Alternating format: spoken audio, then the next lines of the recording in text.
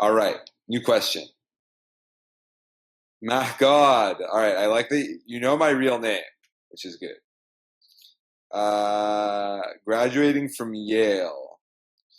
Well, there's a big philosophy in startups and tech that college doesn't matter, but I'm an Iranian guy. I'm old world, uh, so I'm very into this stuff. Also, it's the only thing I've ever been good at is school. So I think school is very important. I don't think it's an accident that I knew my co-founders from college, even though we didn't really meet there.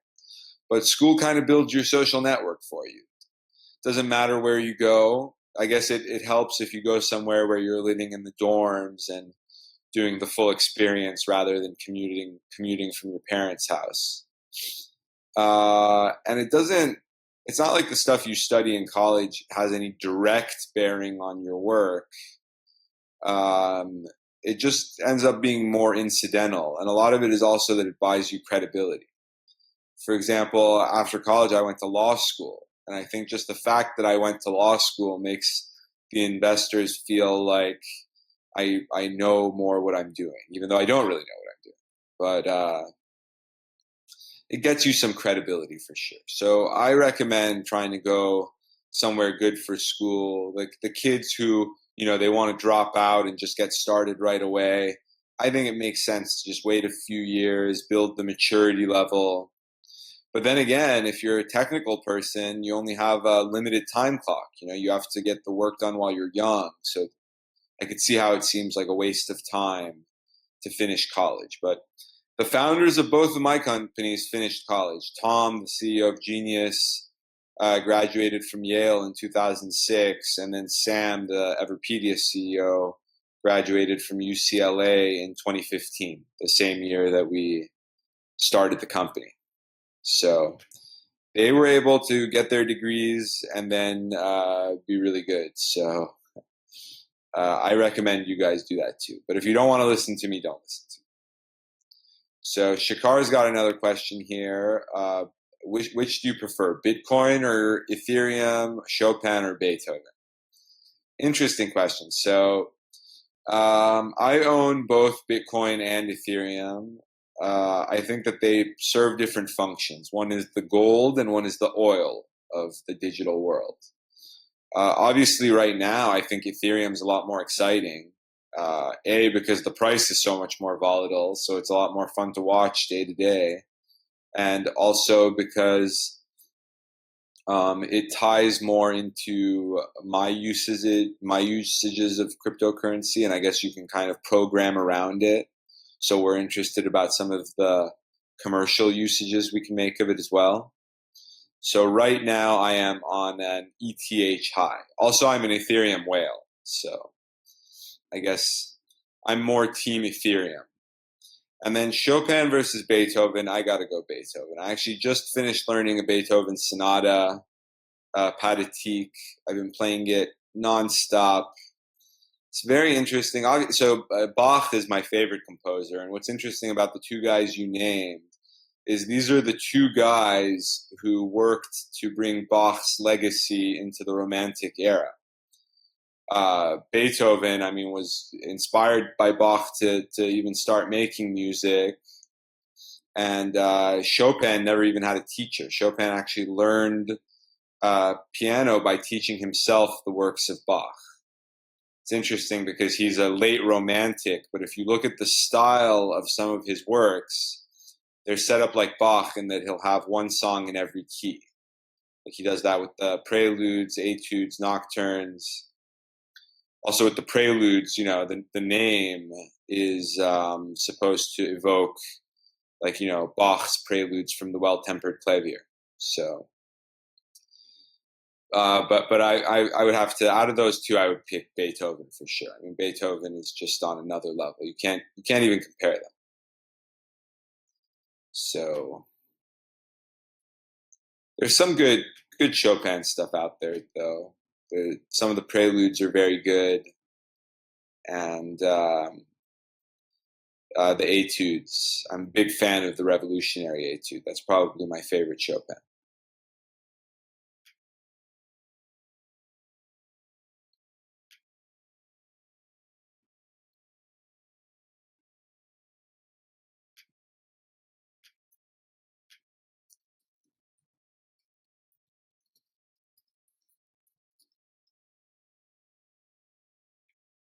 All right. I think we're about to start getting a lot more questions, guys. This is heating up.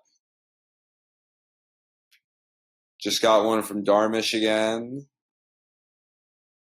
By presenting a prototype. Good question, Darmish. This is something I feel very strongly about. Both of my companies did not go after funding until we already had massive, massive traction. So if you have something that's just an idea or is an MVP or a prototype, or if you're not a developer or, any of that faker stuff that you see all the time, I don't support it. I think the way to build a startup is you build a little toy and your toy gets traction. And once your toy has traction, you move out there into the real world and you start getting money for it or revenue. Watch The Social Network. The Social Network is the movie that teaches you everything you need to know about this topic. We got Vignesh joining us now. What's up, Matt? Question is, what are your thoughts on China's influence on crypto and thoughts on NEO? So the China scare a couple nights ago, we kind of freaked out, but it seems like no one really even knows what China said. And it seems like China is just banning hoax ICOs within the country, but Chinese people seem to still be interested, so maybe this will make them more interested in US ICOs. So I'm not too scared anymore. NEO, I forgot what it is. I remember people were talking about it. What is NEO? Let's Google this. Oh, yeah, wait. So NEO is the Chinese token, which I think Gary Tan bought a lot of. I don't really know a lot about it. I would think for a blockchain technology to be useful the way that, Ethereum is, it should probably be based in the US. Although I guess Vitalik is Russian, but I think his company is based in the US. But then again, if Gary Tan bought it, he's the number one boss hog, so I'm sure it's going to blow up. So we got Ikram asking, how much money do you think it's worth spending on an electronics products-based startup? So I don't know anything about hardware. I think one reason why startups got so hot with young people building websites is because the website costs nothing to build. So you can just be this brilliant, genius young kid like Mark Zuckerberg, and you can sit there and build Facebook in your dorm the same way that Tom and Sam built Genius and Everipedia. And you can make it blow up. And with hardware, you can't do that. With hardware, you need some serious money. So that's why I've never invested in a hardware startup. I really don't even know about what that takes. I think it's interesting that Y Combinator tries to accept them and stuff because it's not really the Y Combinator philosophy. Like the original Y Combinator philosophy is about building software. It's about just being a teenager, sitting in your grandpa's garage, whipping up your crazy website that's going to be worth billions of dollars. So with hardware stuff, you're going to have to ask someone who has done a hardware startup, which I never have, unless you count Rap Genius and Everipedia both make some cool t-shirts. I don't have much faith in hardware startups either, I have to tell you. I was shocked that Jawbone, which has raised $1 billion, totally went under. I kind of felt like it was weird that didn't get, that wasn't in the press more. That I kind of saw as being the Theranos of hardware. But I think all of the hardware that I've used, I think is totally stupid. Like Fitbit, I think is the stupidest thing I've ever seen. I can't believe people buy that product. or I'm trying to think of other stuff. I've never really been into drones. I don't really understand the whole drone fever. So yeah, I'm not the biggest hardware guy. I think a lot of people like, Y Combinator is like, oh, we need to let in hardware startups because people think software is fake. And everyone keeps saying there's not going to be any other big software startups. We already had Facebook and that's it. But then you have like Snapchat blowing up, and you have, Quora and all of these wiki type sites blowing up. You have tons of different kinds of apps blowing up. So I think with software, because there's not an actual physical object, people who aren't very smart seem to think that it has limited value, or that making more software when there's already software that people are using doesn't have a lot of value. But I don't really understand that philosophy. I think it's pretty stupid, because if you think about it, with hardware, the world is already full of trinkets and knickknacks and all kinds of crap. So do we really need another smartwatch or another stupid gizmo that says it does something that doesn't even do?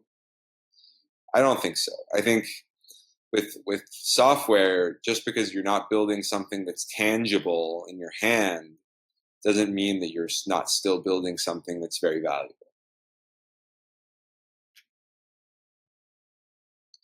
Sorry for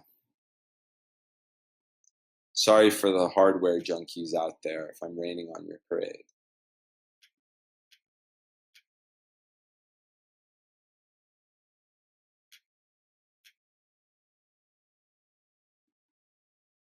Someday maybe I'll invest in a hardware company, though. If I see something that's really cool. I guess also what would help is if they send me their hardware to sample.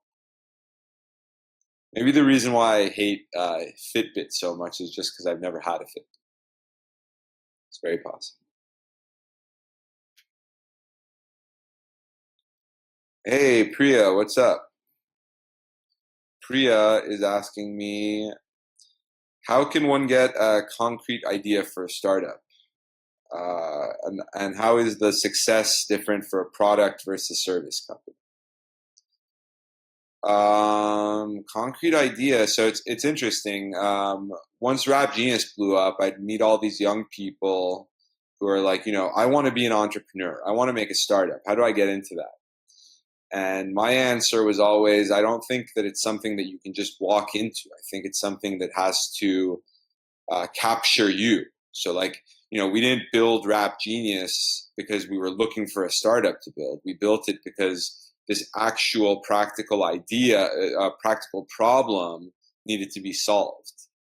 And the same with what inspired Sam to build Everipedia. These guys are building a software to solve a problem that they've had for years. So I don't think the best way to start a startup is to go after chasing startup ideas. I think the best is to go on a more boring work trajectory, like, just getting a job at a big company or doing some kind of graduate or professional school, and then letting the idea kind of capture you. And then with products versus services, like I'm saying, I've never worked with hardware, so I don't know too much about products. But with software, it takes a while, because really you can't consider yourself successful until lots and lots of people are using your product. So it takes some patience, which is also why I think it's good to start with the attitude of, right when you start building it, just consider it a hobby. Consider it something that you're tinkering with. And then once it blows up, then you can get serious. Got a question from Puneet. Puneet is asking, what do you think about VR and AR? I don't get it.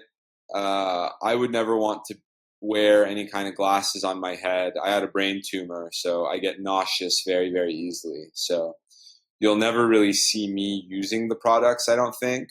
But I know that a lot of very, very talented people are working in VR. A lot of it is based in LA.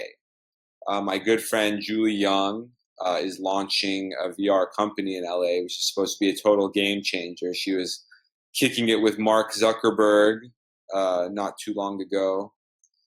And the fact that Facebook made the Oculus investment, I think that is the number one thing that signaled to everyone that VR is here to stay. So I think it's cool technology, but it's just not really up my alley. I'm more stuck on like 2001 technology. I'm just really interested in reading people's writing. So I'm not really into video and alternate reality and high-tech things like that. Salani says, congratulations on your company. Thank you, Salani. My question is, if Wikipedia already exists, what do you think your company is doing that's so much better than Wikipedia? Great question. So the reason I joined Everipedia is because I always wanted a Wikipedia page. And in 2013, someone actually made a Wikipedia page about me. And I got so excited. I shared it with my friends, my family. And then a week later, they deleted it because they said that I'm not important enough to have a Wikipedia page. And this happens to a lot of people. If you're not notable, your page gets removed. So I was giving a talk at UCLA, and Sam came up to me at my talk, and he said, "Hey, man, I made your wiki. Check it out." And he showed me my Everipedia page. And I had a eureka moment. I was just like, if I wanted a Wikipedia page so bad, and this guy's finding a way to give it to me, then there's probably millions of people who feel the same way that I do. And sure enough, we launched the site, and 2 years later, we're getting 3 million users a month. It's one of the 1,000 biggest sites in the US. And the main way that we get these users is people Google searching the word wiki. So people are looking for Wikipedia pages that don't exist, for things such as YouTube stars, Instagram stars, newscasters, rappers, you name it. And we make those wikis. We've already got 1 million wikis that Wikipedia doesn't have. So that is the main reason it's taking off. But then there's a lot of other cool stuff about it too. For example, on our site, celebrities can get verified accounts. We're actually talking to Snoop Dogg, who wants to get involved. And the reason why Snoop Dogg was into our site is because he's pissed that he can't edit his own Wikipedia. So I think a lot of celebrities feel that way, which is why, we're giving you a verified account. Not only do we let you edit it, but we give you a check mark next to your edit. So I think that's pretty cool.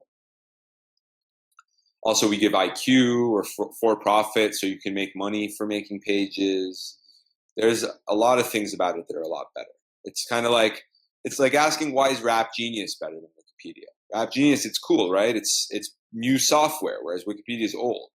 So we're trying to Rap Geniusify Wikipedia. Take the original Wikipedia concept, but make it with like cool software. So we got Rakshit asking, what are your thoughts about initial coin offerings? I'm very, very into ICOs. I think that crypto and decentralization is the future. I think especially for knowledge projects, which is what I work with, ICOs can be kind of like a pivot. They can totally change the game. So I am very, very excited. I think that ICOs for a certain category of startups are going to be the future of finance. Watch this space. All right, sorry, we've got a lot of questions, so I got to play some catch up here. Vignesh is asking, is planning an exit strategy key for getting a startup up and running? No, absolutely not. If you're the kind of person who's just doing it to make some quick money, at the very least, keep that secret all to yourself. Because if you ever tell anyone, hey, I'm just trying to get a quick exit, even if what you want is a quick exit, you're hurting yourself. So you want to tell everyone, this is my passion. I'm doing this because I want to make the world a better place. I would never leave this company. This is my life. This is my baby. And maybe you're lying, right? Maybe like if someone just writes you a $10 million check, you're willing to never use your own product again.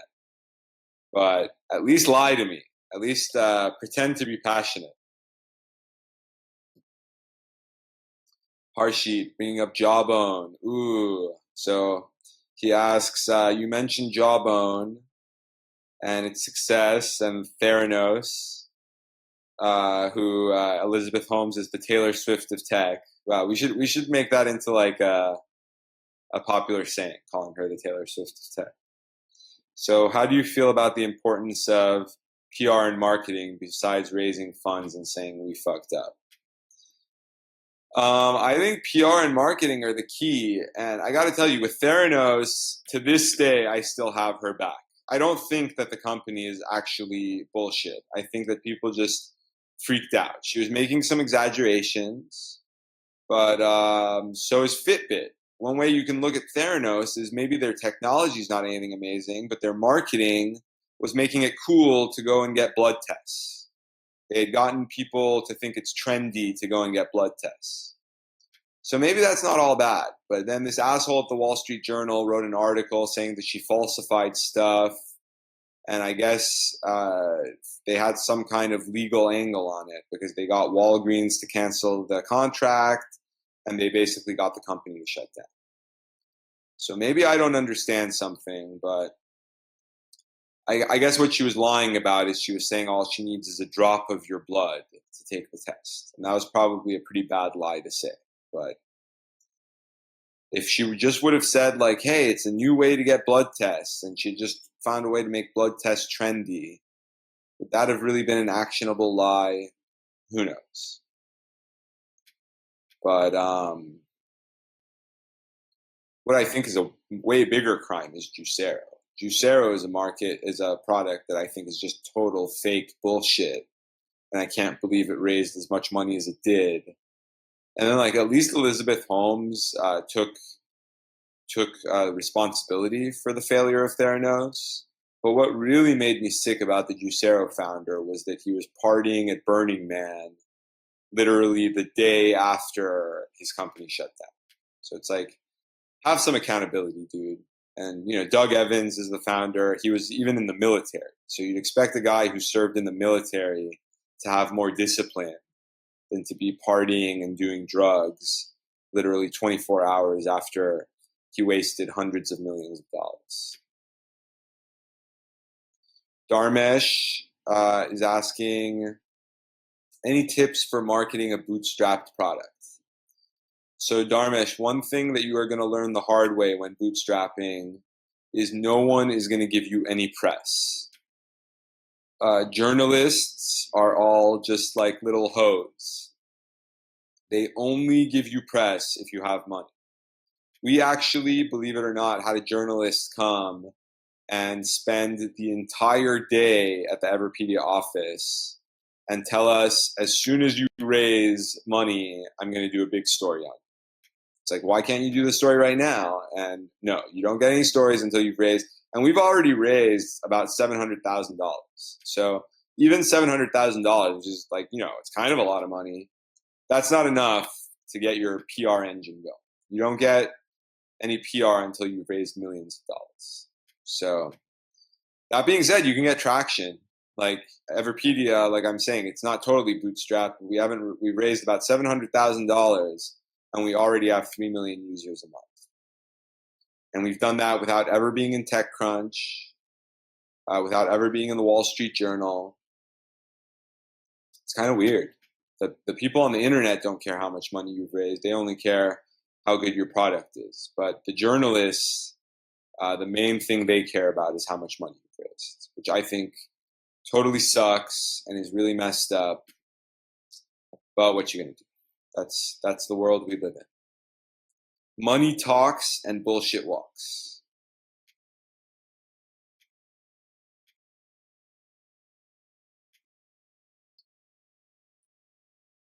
Oof.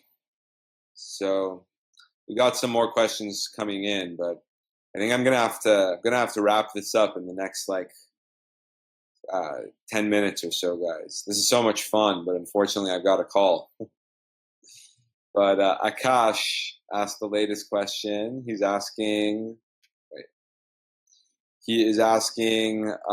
as in Everipedia, I think you mean as in Wikipedia. If everyone can contribute, is there a good chance of getting wrong data? Not necessarily. So one of the problems with Wikipedia Oh, by the way, my battery is running out. Let me plug in my computer real quick. With Wikipedia, one of the problems that we're pointing out is they try to be too careful. They're so picky about who can contribute stuff that it scares a lot of people away. But at the same time, because it was built in 2001 and their software is not very robust, Wikipedia still has plenty of room for vandalism. They try so hard to be anal that they end up alienating a lot of their potential users, but then they still have vandals who are able to sneak in and mess stuff up. So in using legal terminology, we call that being both over and under inclusive. So they not only do they scare people away, but they still do let the vandals in. So Wikipedia is doing not a very good job. So with Everipedia, we're trying to do a much better job by having more sophisticated software. So we're more chill about letting people in. We'll let anyone come and make a page about just like something random. And as long as no one else cares about the page, they can put what they want on there. But then if a page is having multiple eyeballs go on it, because our software is better, we're actually more robust at getting rid of vandals. And also it helps that we have a paid staff. So we are not just counting on volunteers to police the community. We actually have people who are paid to police the community. So I think that is making us a lot more robust. One way that we get a lot of our traffic is we make wikis for breaking news. And Wikipedia does not allow wikis for breaking news. As a matter of fact, the Wikipedia founder is trying to build something called Wiki Tribune, which would be wikis for breaking news. And the reason they don't allow them on Wikipedia is because their philosophy is they want the dust to settle first so that people know what the whole story is so that they don't give incorrect info. Well, we're not having that problem. We are making wikis for breaking news, and we give the news as it happens, and we are very, very robust at getting rid of incorrect information. So we are totally handling it. And if you think about it, if Everipedia doesn't do this, people still want to get their news as fast as they can. And in the age of the internet, they're not going to wait for the reporter. So de facto, what people are using as the wiki for breaking news is Reddit. People go on Reddit and they post the latest info. And Reddit has no policing mechanism at all. It's just a total free-for-all. It's like a bazaar. Anyone can just say whatever they want. So one way to look at Everipedia, at least the way that we deal with breaking news, is we are trying to be a structured Reddit. We're trying to take the bazaar of information that is Reddit and build it into a cathedral, build it into something that has structure and has quality control. So we're kind of like the wiki of Reddit, is one way to look at it. Bringing in lots of traffic.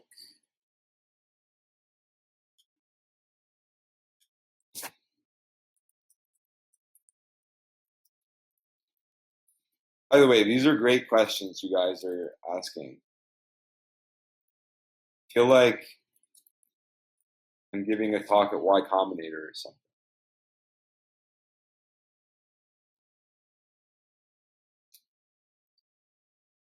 If any of you want to know more, if there's any engineers who are listening to the AMA and you want to know more about what's under the kimono with Everipedia, message me on Facebook and I can put you in touch with our tech team as well. Vignesh, great question, Vignesh. Vignesh just asked, how is bias removed with paid staff? So one reason why Wikipedia is nonprofit is they say that that eliminates bias. So Vignesh, this is a very American idea, thinking that you can eliminate bias. Like American reporters believe that, like, you know, there's a scientific philosophy of reporting where you can eliminate bias. I don't think it's possible to eliminate bias. I think Wikipedia has all of these stupid, outdated rules to try to eliminate bias, one being the nonprofit rule. And guess what? Wikipedia still has a ton of bias. Pretty much all of Wikipedia's editors are white men who know how to code. They're white male software developers. They are a very biased group, and that's why Wikipedia underrepresents women and underrepresents people of color. They color a lot of their political posts in a very peculiar way.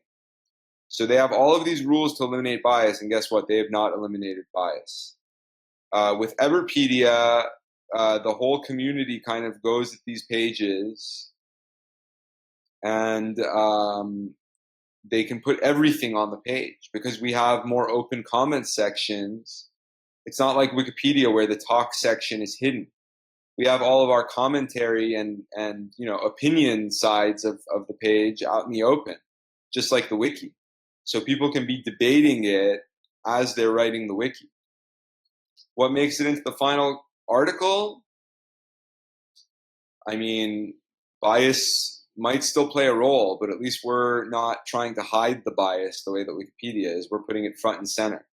So hopefully this is a more mature way of dealing with it, and we can at least have the biases more revealed. They can be more out in the open, which is kind of like how Europe deals with media. When I was in high school, my favorite place to get my news was The Economist. And the reason I liked The Economist so much is because it's the only British publication that they sell at newsstands in the US. And I thought that the journalists being more honest about what side they take when they're reporting on something was very refreshing. So I think we'll be able to deal with it way better than Wikipedia can, because we're not just hiding our bias. We're being honest about it. All right, Sorab just asked a question, but it is gibberish, so I'm guessing his computer is messed up.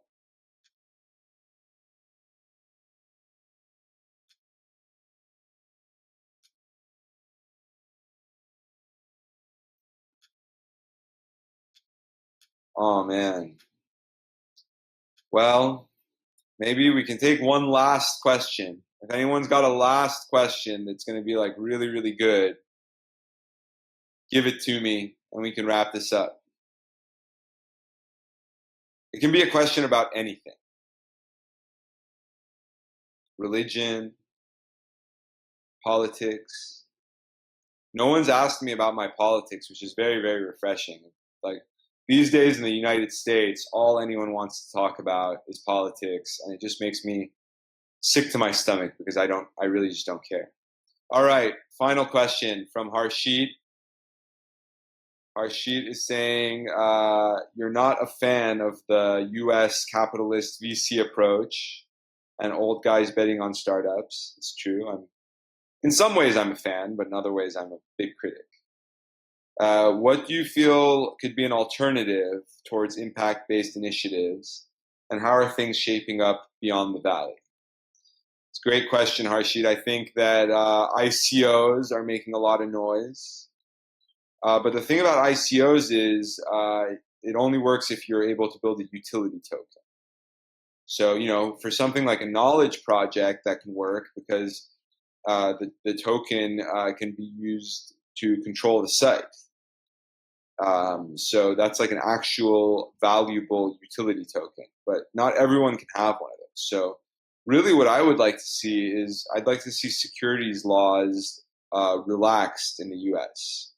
In 2002, we had a law passed called Sarbanes-Oxley, which is pretty much what put an end to easy tech IPOs, and it increased regulation of IPOs a lot, and I think that was a big, big mistake. One reason why we need IPOs to be more plentiful and have lower barriers in this day and age is because of Robinhood.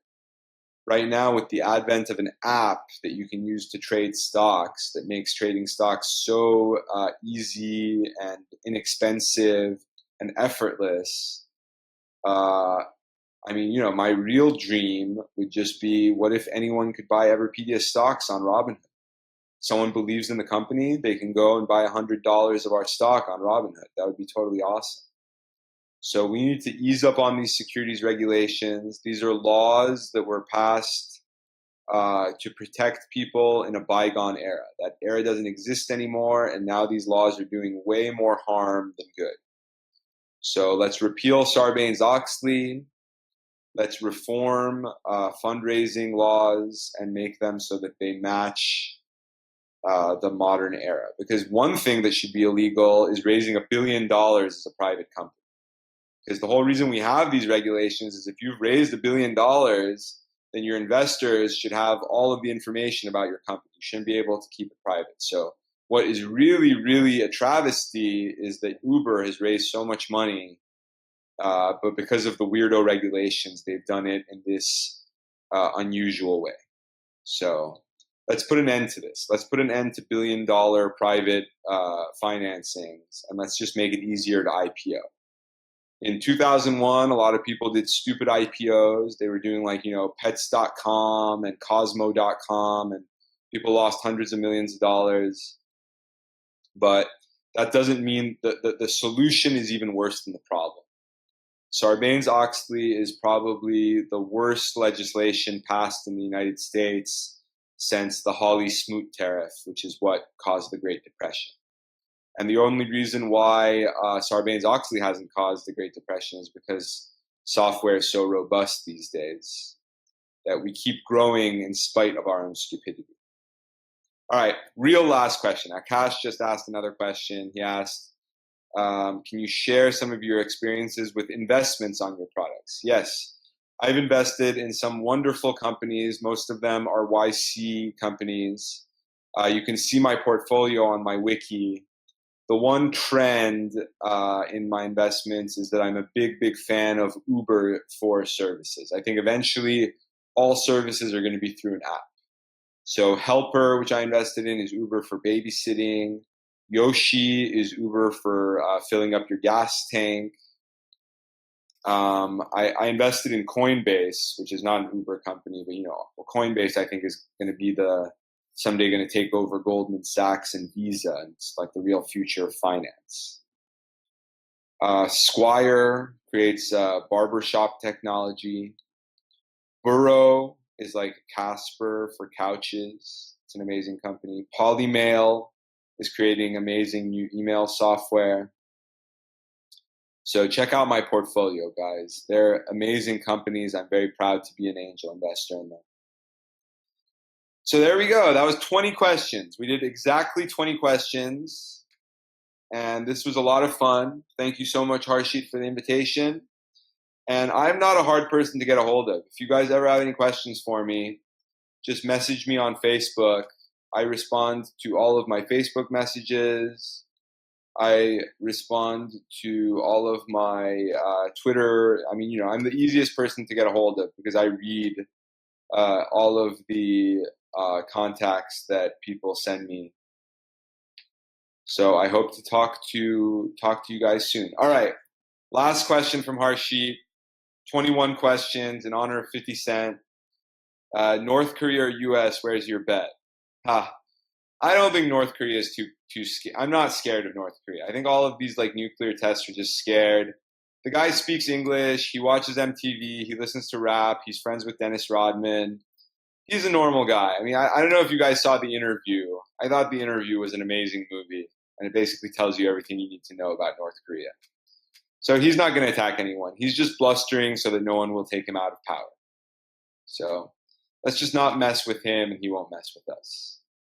Peace.